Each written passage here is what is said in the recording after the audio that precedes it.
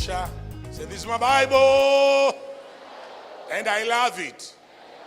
And I declare, my mind is open, my spirit is alive, and I am ready to receive the living, powerful, everlasting, incorruptible Word of God. And I declare 2015 shall be the year that was for me, my family, and the work of my hands.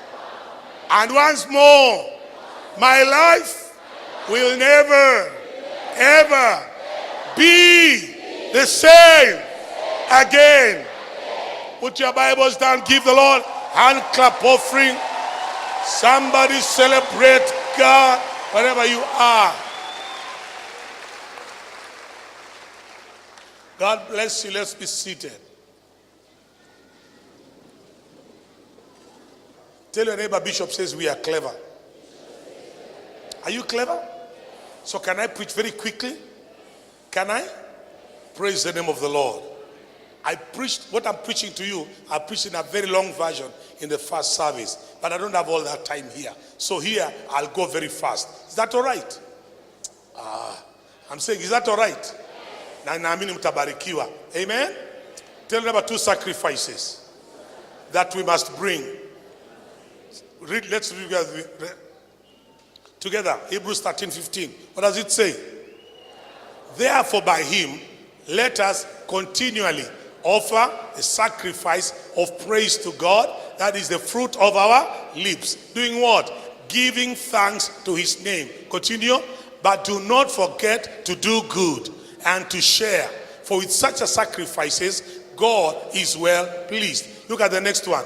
Obey those who rule over you and be submissive, for they watch out for your souls as those who must give account. Let them do so with joy and not with grief, for that will be unprofitable for you. Pray for us, for we are confident that we have a what? A good conscience in all things, desiring to live honorably. Somebody say amen. I taught on the sacrifice of praise in this service. Do you remember that? We bring the sacrifice of praise. Why is it a sacrifice? Because many times when we come to God, either our bodies are tired, or we are not feeling well, or the conditions are not right, but nevertheless, when we come before God, we come and offer a sacrifice of praise. Somebody say amen. Sunday morning is a good time to be in bed. It's a good time to rest. It's a good time to sleep in. Come on, talk to me. It's a good time to go and play golf. Hello? Sisai kuna wanaume wako kwa kiwanja huko. Mshawaona kwa TV. Lakini mimi na wewe, we are in the house of God. It's a sacrifice. Somebody say amen. Sometimes even in the choir is telling you to stand up, to sing with us. Pastor Oscar is telling you, let's stand together. Some of you are feeling, mgongo javeni ndinga rama bwana. Unasikia mgongo inauma, lakini unasimama because it's a what? A sacrifice. Unainua sauti, it's a what? A sacrifice. Unarukaruka, it's a what? A sacrifice. Hata hujakula breakfast, lakini unamwibia Bwana because it's a what? A sacrifice. Somebody say amen. Tell them every time you come to the house of God, tell them even wherever you are, give a sacrifice of what? Praise to God. Somebody say amen. We don't praise him sometimes because of what he has done. We praise him because we are trusting him for what he shall do. Hallelujah. That's why in Isaiah 54, Isaiah says, sing, O barren. You start singing when you're still what? Barren, trusting that many are the children. Are you singing that? Sing, O barren. You who have not yet born, break forth into what? Singing and cry aloud. You have not yet labored with child. Why? Because you are trusting God that more are the children of the desolate than the children of the married woman. You are praising him by faith. You know my miracle shall come. You know my answer shall come. Look at what I've declared over your life this year. I've declared 2015 shall be to you the year that was. I'm declaring that even before the year started. I declared it last year. It shall be the year that was, because I'm praying for you. I'm trusting God for you, that this year shall go down in history, that it shall be the best year for your life. Somebody say amen. My dear neighbor, whatever you have been laughing at me about, you shall not laugh again at the end of this year. The devil is a liar. Mwaka kabla hujamalizika, Jehova atakuonekania. Yale atakayotenda kwako, aliyokucheka atanyamaza, aliyokudharau ataomba msamaha. Huu si mwaka wa kawaida, huu ni mwaka wa Bwana. Atakutendea. Somebody say amen. The second sacrifice that is recorded in that portion of scripture that we read, look at verse 16. Look at verse 16. But do not, soma na mimi. Inasemaje? Do not forget to do what? To do good and to share. For with such sacrifices, God is well pleased. Jifunze kutenda mema. Bwana asifiwe sana. Na kushiriki na wengine yale mambo uko nayo. Hallelujah. Nafikiri tuliangalia wa Galatia sura ya 6. Nafikiri kuangalia mstari wa 7. Hebu niangalie John, maybe you'll remember. In Galatians chapter 6, ambapo Paulo anafundisha juu ya kutoa. Do not be deceived. Soma na mimi. Inasemaje? Do not be deceived. Why? God is not mocked. For whatever a man sows, that will also do what? Reap. And the layer. For he who sows to his flesh will reap of the flesh. What will you reap? Corruption. But he who sows to the Spirit will of the Spirit reap what? Everlasting life. Soma na mimi yanasemaje? And let us not grow weary while doing good, for in due season we shall reap if we do not lose heart. Hallelujah. Bwana asifiwe sana. Tusiache kutenda mema, tusiache kuwashukulia wengine. Verse 10, soma na mimi mstari wa 10. Inasemaje? Therefore, as we have what? As we have what? As we have what? Push your neighbor, tell them, neighbor, always be looking for opportunity. To do what? To do good to all, especially to those who are of the household of. Kama kuna kitu kinaniuma kama mchungaji, ni kuona Wakristo ambao ni wachoyo. Abemani. They don't share with other believers. And this is something I had on radio when I was preparing for this message about a month and a half ago. One of the radio stations was carrying this question. And people are calling in, Christians. And I said, if I am in trouble, the last person I want to talk to is a member, is someone in our church. Kama na watu ni domo. Ukimwambia shida yako, inakuwa ndio broadcasting. Ndio inarudiwa kila mahali. Wanakuchekelea. Yule mama hana fees. Yule mama hana manguo. Yule mama anakosa chakula. Yule mzee alifungiwa nyumba yake. Huyo ndio alipata shida fulani. Wakristo, tuache tabia hiyo. Tuache kuchekelea walio na shida. Tuache kudharau walio na shida. Tuache kudharau maskini walio kati yetu. Usingoje Mungu akuvunje mguu kama aliyomvunja Jacobo. You know, God broke Jacob's leg. And when he broke his leg, by the time Jacob met Esau alikuwa na haraka. Anamwambia nimechinja, nyama imeiva, twende tukakule. Jacob akamwambia mimi, Mungu alideal na mimi juzi. I go at the pace of the weak. I go at the pace of the women. I go at the pace of the children. Akaambia weenda ukulage, nitakuja polepole. Sitaacha watoto. Kuna wengine wenu Mungu akikubariki, unaanza kudharau maskini. Unasahau wewe ulikuwa maskini siku moja. Ajeni kuninyamazia. Today I'm talking about practical Christianity. Bwana asifiwe sana. Unasahau siku moja hata ulikosa fees, ukasaidiwa na bazari. Sasa Mungu amekusaidia. Umefika university, umepata kazi, umenunua gari, Unakuwa kama wale jamaa tulikuwa tunaabudu na hapa Umoja zamani, wananiulizaga barabara za Umoja bado zimetengenezwa sasa. Anasahau ni mimi nilimwombea akapata kazi, akanunua motokaa. Sasa amehamia kanisa ingine, ananiuliza bado unaendaga Umoja? Namwambia ndio bado naendaga, nasaidia wale wanyonge. Wewe si mnyonge tena, enda kwa wenye nguvu, niachie wanyonge, nitashughulika nao mimi. Bwana asifiwe sana. Na sisi wenyewe jameni, Bwana asifiwe sana. Mwandishi anasema moja ya sacrifices, dhabihu za Mungu, ni kujali walio na udhaifu na wanyonge kati yetu, na kujali maslahi ya mtu mwingine. Bwana asifiwe sana. Pusho na mwambia chamgiwa domera. Kula na wenza, hapana kula peke yako. When God says, I'm the Lord thy God who gives you power to make wealth, God is not giving you power to make wealth so that you may drown in your soup. He tells you so that you may establish my covenant here on earth. So he's giving you money so you can share with other covenant people. Come on. 4 years ago, I taught you a message. You are blessed to be a blessing. And when God begins to bless you, don't leave that sister. Don't leave that brother. Don't leave that weak person. Look at your neighbors. Look at your own sisters. Look in your own family. If you're the only one who is the richest person in your family, you still have got problems.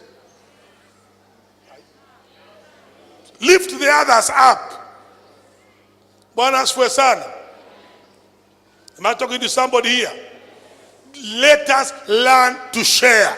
Let us learn to do good. Kama kuna dada mnakaa naye, unajua hana fees mwaka huu, hapana kumtuma kwa ofisi ya kanisa. Watu nimezoea namna hiyo. Unakuta mtu ametumwa kwangu, pastor fees, rent, nini, chakula. Sasa wewe na wewe hapo una mfuko mbili ya jogoo kwa nyumba. Wala kutoa moja umpatie, unamtuma kwa ofisi ya kanisa. Angalia jirani yako, mwambie I hope the bishop is not talking about you. Wewe unamtuma kwa kanisa, apewe na nani? Apewe na Oscar, apewe na Becky, apewe na Ken. Na wewe pia hiyo unga unayo. Halo? Hatujakataa, kama kanisa tunasaidia. Bwana asifiwe sana. Disemba mlitupatia chakula kingi, wale watu huwa needy, hata wenyewe watakupa ushuhuda. Tuliwapa kila mtu chakula ya kutosha na shilingi 1500 kila mtu. 500 kila mtu. Ile sadaka mlitoa. Simseme amen. Kwa maana that's our character. Bwana asifiwe sana.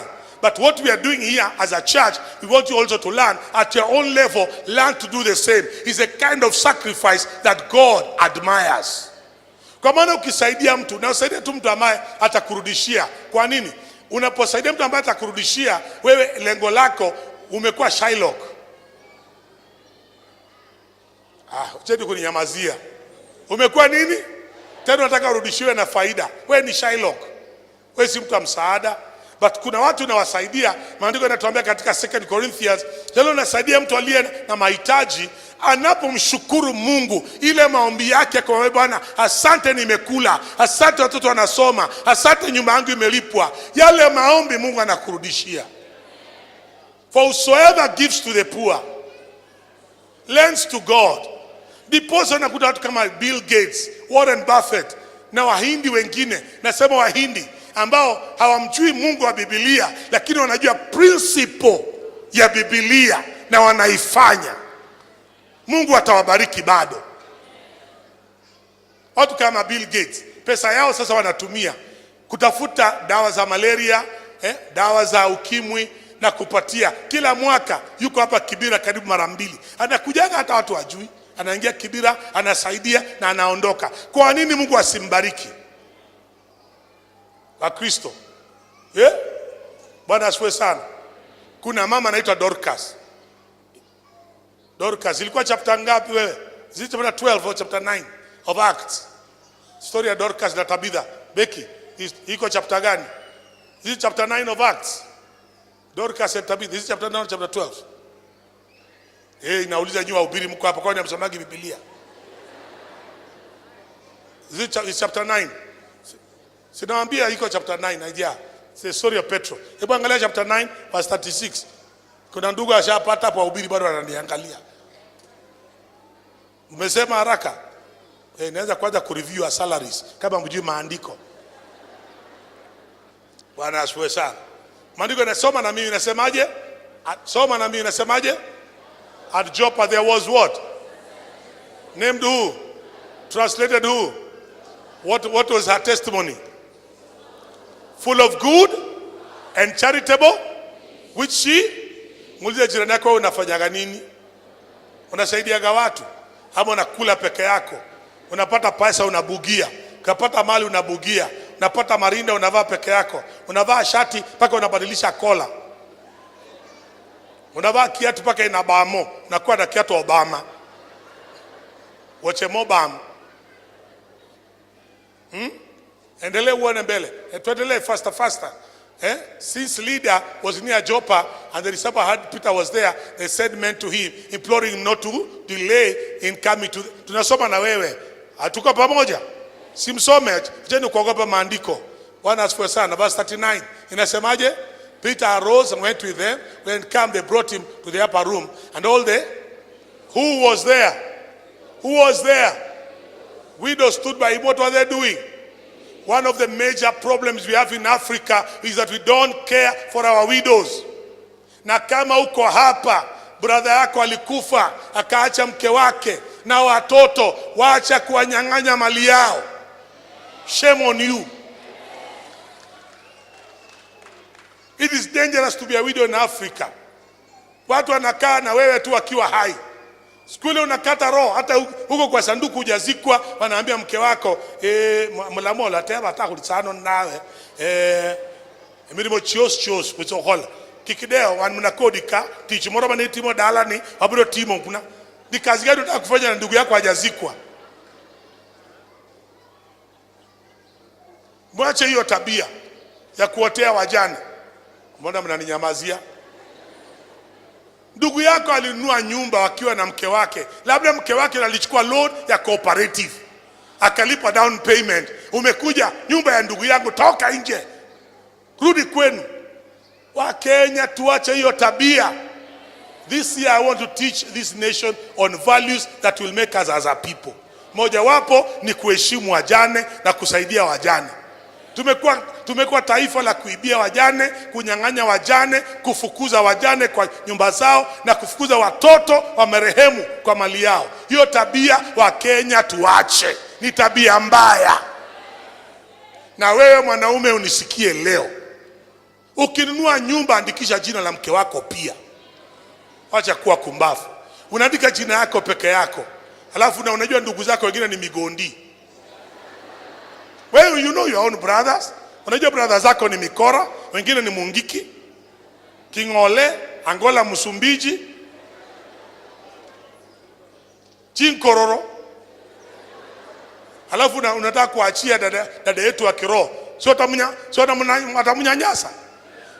Mimi niliamua nikinunua nyumba naweka jina yangu na ya huyu mama. Nikinunua shamba naweka jina yangu na huyu mama. Nikiondoka ni yake. Hata enda kotini kutafuta hiyo shamba. Na sasa nimeongezea. Nikipata ingine naweka jina yangu ya huyu mama na mtoto mmoja. Ili tukiondoka inabakia huyo mtoto. I'm teaching you principles. Wewe unaandika tu jina yako alafu unaondoka, bibi ananyang'anywa nyumba, ananyang'anywa motokaa, anaanza kuja kusumbuka. Sio sawa. Wanaume, take care of your wives before you die. Bwana asifiwe sana. Pana kuachia dada shida. You are trusting your brothers. Na brothers zako ni wewe wanafurahisha tena mdomo. Mlamua. Nati amaramu. Tuena. This is my wonderful sister-in-law. Sale brother wao yuko. Ngoja aishie. Utaona vile watakugeuka. Chameleon. Watu burukenge kabisa. Widows. Rudisha hiyo maandiko. Unasema nini? Widows were there, stood by him. They were doing what? Weeping, showing the tunics. Tunasoma na wewe, showing the tunics and garment which doctors had made when she was with them. Bwana asifiwe sana. Niulizie jirani yako wewe. Niulize tu haraka wewe. Ukifa leo, ni nini watu wataonyesha walikuwa wanawafanyia? Hao wanamwambia Petro, fufua huyu mama. Matendo yake ni mazuri. Bwana asifiwe sana. Asiende, huyu mama ndio amekuwa msaada kwe. Kuna wengine mkifa leo, hata nije kujaribu kwa maombi ya kukufufua, mke wako anasema Bishop tiga roho wao. Waacha huyu jamaa Mke wako ataniambia, "Woi, acha nenda kutupatia pole." Tunasema asante. Huyo Kenya huyu alikuwa balaa, alikuwa shida. Wacha Hakuna kitu umefanyia mtu, hujafanyia mama yako, hujafanyia ndugu zako, hujafanyia mke wako. Ati unangoja mama yako afe ndio ukomboe gari ya kubeba maiti. Na akiwa hai hawezi kuingia gari yako. Shame on you. Beba mama yako kwa gari yako saa hii. Tiana chafua gari. Kwani gari yako haioshagwi? Umenikasirikia? Don't wait for your father to die. Ndio unaenda kuchukua Haas ya Montezuma Mercedes, unaweka ndani. Anza kumbeba na motokaa kama bado yuko hai. Wengine ni mnanulia wazee suti, sasa wamekufa, ni maiti unaenda kuvalisha suti. Alipokuwa yeye alikuwa havai suti.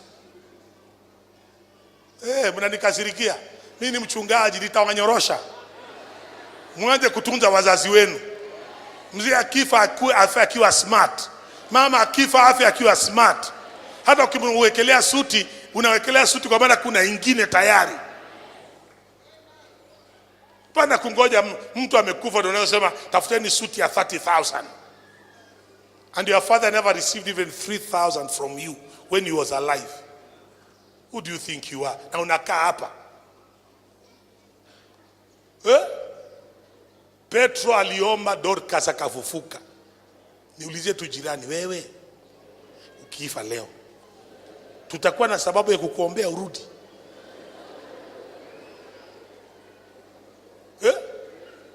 Ama ni kushukuru tu Bwana, asante kutuondolea shida. Oxygen sasa imeongezeka, alikuwa anatumalizia. Angalia chapter 10, Acts chapter 10. Look at chapter 10 verse 1. Cornelius. Chapter 10. Look at chapter 10. There was a man in Caesarea called who? He was a what? He was a Gentile. This man was an Italian. Go to verse 2 quickly. Nasemaje? A devout man and one who feared God with all his household, who gave generously to the people and what? Prayed to God always. About the 9th hour of the day, he saw clearly in a vision an angel of God coming in and saying to him, Cornelius. And when he observed him, he was afraid. He said, what is it, Lord? What did he say? Your prayers and your have done what? Have come up for a what? Ni vitu vingapi vimekuja mbele za Bwana? Sala zako na matoleo ya. Sasa wewe umekuwa tu, mimi ukiona mtu ana shida, kazi yako ni kuomba, baba mchungaji naombea huyu mama, Mungu akamkumbuke, Bwana muonekanie huyo dada ambaye anafungiwa nyumba, Bwana na una pesa mfukoni. Mungu anataka asikie maombi na aone matendo. Kwa maana wengine hawataka kuombewa, anataka umlipie nyumba. Pande hiyo achani. Nasema kuna watu wengine hawataki maombi. Wanataka wenyewe washao. Wanataka uende supermarket, ununue chakula, uwaletee kama majibu ya because you can afford. Lakini bado unataka kuja hapa, Mungu namkumbuka mama Esther na watoto wake hawana chakula siku 3. Bwana nawaombea. Unaomba nini? Unaomba nini na una pesa? Sigonga jirani, mwambie una pesa. Unamwombea nini? Simnulie chakula. Become an answer to pray yourself. Become a what? An answer. Alafu unakuwa courageous. Kanisa yetu usaidiaga watu. Atiende bishop amsaidii. Muna bishop wangapi kwa hii kanisa? Naweza kusaidia nyinyi wote hata nikitaka. Mnaondaga MP wakitoroka. Sasa itafika mahali Sonko anatoroka. You cannot send everybody to me or to Becky or to Oscar or to Ken. Kwanza watu wengine unatamani kwa wachungaji. If you know the kind of stories I listen to, you know you utasema bishop kada hiyo kazi yako. But some of you can help.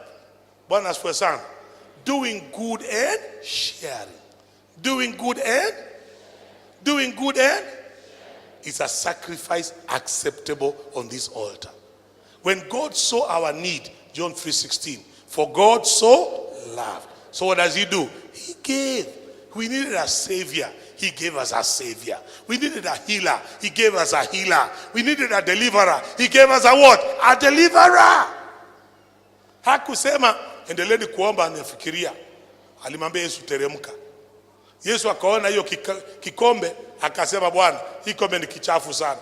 Kaambiwa hakuna njia nyingine ya JB kuokoka usipokunywa hicho kikombe. Did he drink the cup or did he refuse? He drank the cup. Jesus also gave his life. Anasema I did not come to be served. Mark chapter 10 verse 45. For the Son of Man did not come to be served, but he came to do what? To serve and give his life as a ransom for many. Our God is a giver and a sharer. Our Savior is a giver and a sharer. You cannot afford to close your barrels of mercy to those who need help around you. And you keep on sending them to the church. Enda kwa chief. Enda kwa kanisa. Ona tu wengine kwa chief.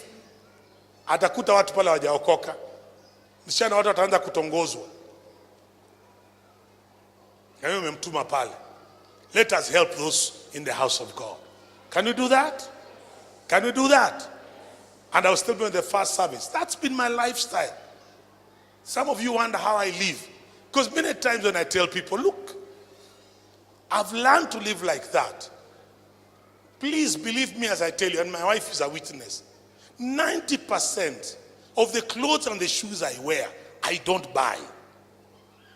They are bought for me. Because I myself give out shoes and clothes on a regular basis. So I'm a what? I'm a harvester.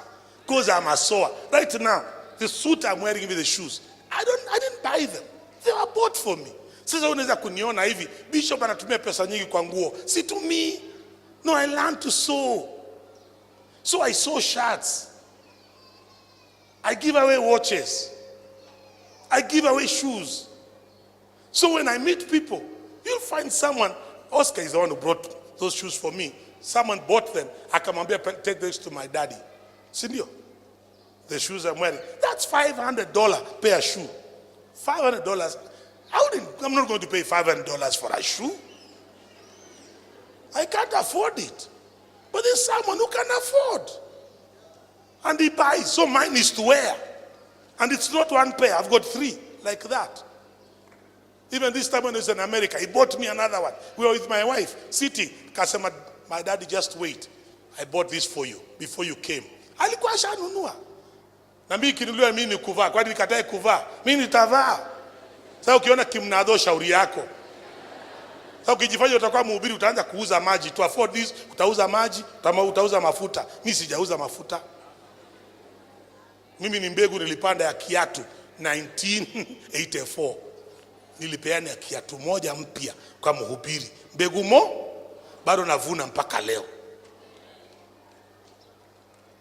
Kiatu pea moja nilikuwa nimenunua kwa Bata. Mungu akaniambia nipatie mhubiri kutoka Tanzania. Nikangangana kama silikuwa janunua kiatu ya bei ghali kama hiyo. It was the most expensive shoe I'd ever bought. Mungu akaniambia toa hiyo kiatu peana. Nilitoa kwa stage, nikanyaga socks, nikienda nyumbani.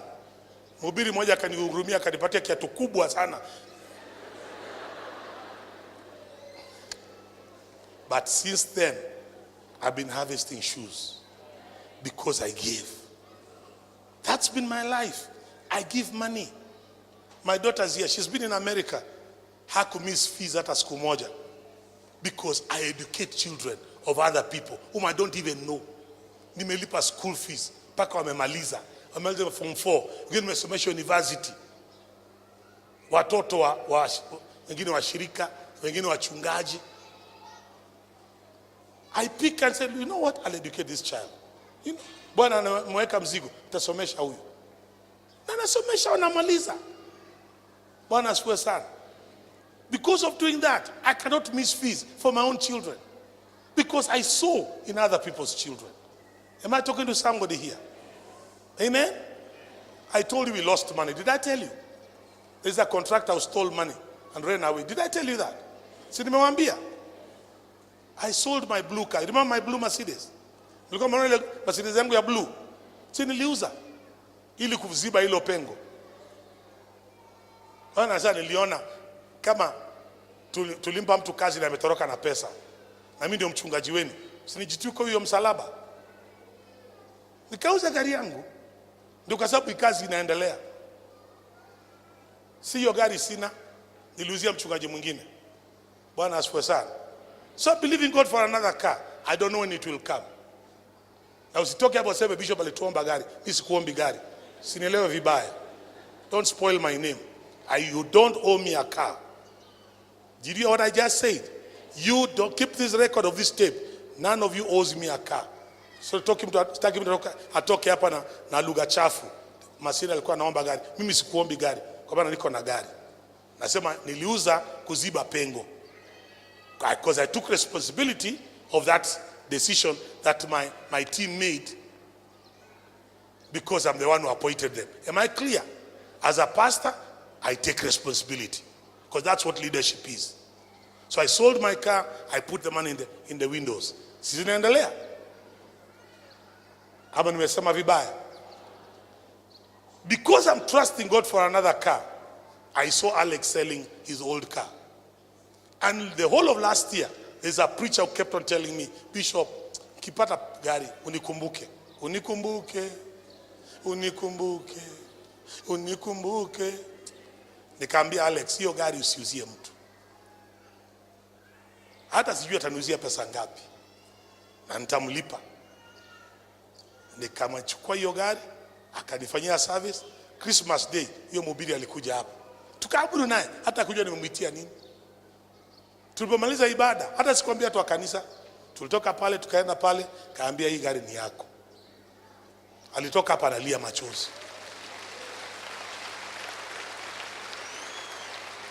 Nimempandia Nissan Sunny B15. Sasa mwisho wa mwaka nikivuna hama, huyo ni devil worshiper. Na nimepanda mbegu ukiniangalia.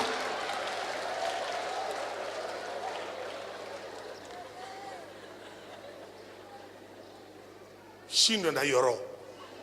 Mimi nimepanda kwa nini nisivune? Si nimepanda motoka. Kwa nini nisivune motoka ingine? Unafikiri nitakosa kuvuna? Kwa hivyo before the end of the year, ukiniona na Jaguar, nimekupa ushuhuda wangu. Bwana asifiwe sana. Wekelea Biblia juu yake. Nimekupa ushuhuda wangu. Kwa hivyo ukiwa unakaa hapa unasema, how does he get this? I learned to do what? To sow. Ile Mercedes yangu ya blue nilimuita Oscar. Hata kujua namuitia nini na mke wake. Tukiwa na mke wangu. Kaambia hii Mercedes nilitaka kuuza. Mungu akaniambia, hii Mercedes hukununua, ulipewa. You cannot sell what my people gave you. Are you understanding me now? Nikamuita Oscar, nikaambia shika. Nikampa funguo. Si ndivyo? Si anaendesha mpaka saa hii. When I did that, si kama walinitumia ML kutoka London. Ile naendesha saa hii. Nilivuna. That's how I live. So ukiniona hivyo unashangaa, hii pesa yote anatoaga, si pesa, ni mbegu na ukipanda lazima uvu. Sasa wewe ukipanda uchoyo unavuna ucho. Wewe unapinduaje kola? Unapinduaje shati kola? Na kuna mtu anahitaji shati hiyo. Bora unakanyaga kiatu paka inakuwa Obama. Patia mtu mwingine kiatu. Hello? Mnunulie huyo dada marinda ingine. Mlipie mtoto wake school fees. Do good and share. Do good and do what? Nimewasaidia. Ama mmenikasirikia? Hiyo ni kazi mimi nafanya na nitafanya, because that's my lifestyle. Bwana asifiwe sana. Na narudia tena, because one time I talk like this, mtu akatoka hapa anaambia watu bishop alikuwa anaomba shati. Mimi siombi shati, siombi tai, siombi viatu, siombi gari. Am I clear? I'm well taken care of. Am I clear now? So don't spoil my name. That's not the purpose of my teaching. The purpose of my teaching is to show you, I've just given you my own personal testimony. That is a life I learned to live long ago. That's how I've lived. I provide for those who are in need around me. I pay school fees, I pay house rents, I myself from my own pocket. Na ya mke wangu. Bwana asifiwe sana. And because of that, God always touches people to pour into our lives. Pressed down, shaken together, flowing over. Jifunze kutoka kwangu. Learn from Cornelius. Learn from Tabitha. Somebody say amen. Simbarikiwe. Time zangu zimeisha.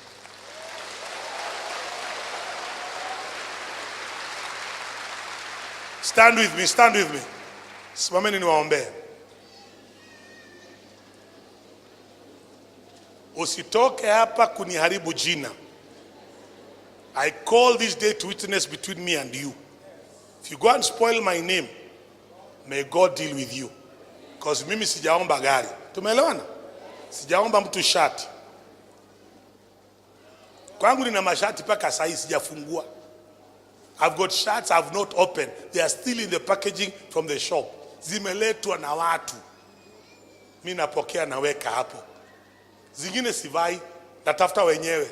Nikipata mwenyewe nampandia hiyo mbegu. Na nikipanda ninavuna zingine. Bwana asifiwe sana. Am I talking to somebody here? That's my lifestyle. Hallelujah. So please don't spoil my name. Don't tell people wrong things about me. Mimi sio wahubiri wa kuhadaa watu. Because that was my message in the first service. Wahubiri wa kudanganya watu, I'm not in that category. Mimi nitaishi maisha ya utawa na usafi with a clear conscience. Mimi mshahara napokea mshahara na nalipa kodi. Ile sadaka mnatoa atuweka kwa buti mimi na Mama Joy, tunaenda kuhesabia kwetu. Na wengine mnaga makanisa sambuli hiyo. Mnadanganywa na wahubiri. Wanatoroka na sadaka, wanafukuza mabibi, wanakunywa pombe. Ni washerati na bado mnafuatana nao. Wengine wanahubiri wakiwa na bastola. Mimi nainua koti muone, sina bastola. Ni mshipi wa kawaida. Wewe unaendaje kanisa mhubiri anahubiri na bastola? Wewe kama mchungaji nini utafanya mtu upige mtu? I'm against this death penalty. I don't support it. So how do I shoot you? What will you have done to me to shoot you? And I'm against the death penalty. So how do I execute you? In the name of Jesus. How do I execute you? Katika jina la Yesu. Nakupiga risasi. Nakupigia nini? Ati umeiba shilingi, umenibia shilingi milioni 1 au 2.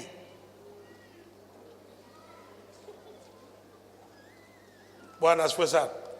That's why I'm not looking for a license for a gun. What for? Bwana asifiwe sana.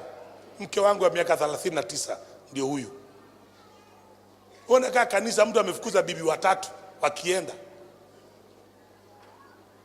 Anafukuza nao mwingine, anafukuza nao mwingine. Na bado huko unasema amen. Amen. Si umepagawa na wewe. Unaeneje kanisa mtu akija kanisa mnaanza kuosha barabara na omo? Kama nyinyi si wajinga. Unaosha barabara na omo. Na wewe nguo ni chafu, ule anaosha barabara nguo zake ni chafu. Hiyo omo angechukua afulie nguo zake. Anaosha barabara ati mhubiri apite. Kwani Yesu aliosha barabara? Wakenya, muonde kwa vitu vya aina hiyo. Ati ni nabii. Unabii tu. Unabii. Isaya alioshewa barabara. Yeremia alioshewa. Ezekieli alioshewa. Hosea alioshewa. Wakenya, si mwache muonde kwa vitu vya aina hiyo. Sasa mtu akija kanisa kama hii, hii kanisa tuoni power. Power, mnataka mabibi za watu wakianguka hapa chini wanachanga miguu in the air. Baika ikionekana ndio mseme kuna power. Kuonyesha suruali za bibi za watu hiyo ni power. Si ni ushamba?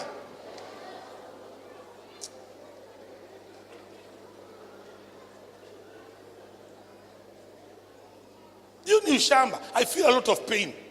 Mnapata jichopevu kazi kuaibisha kanisa.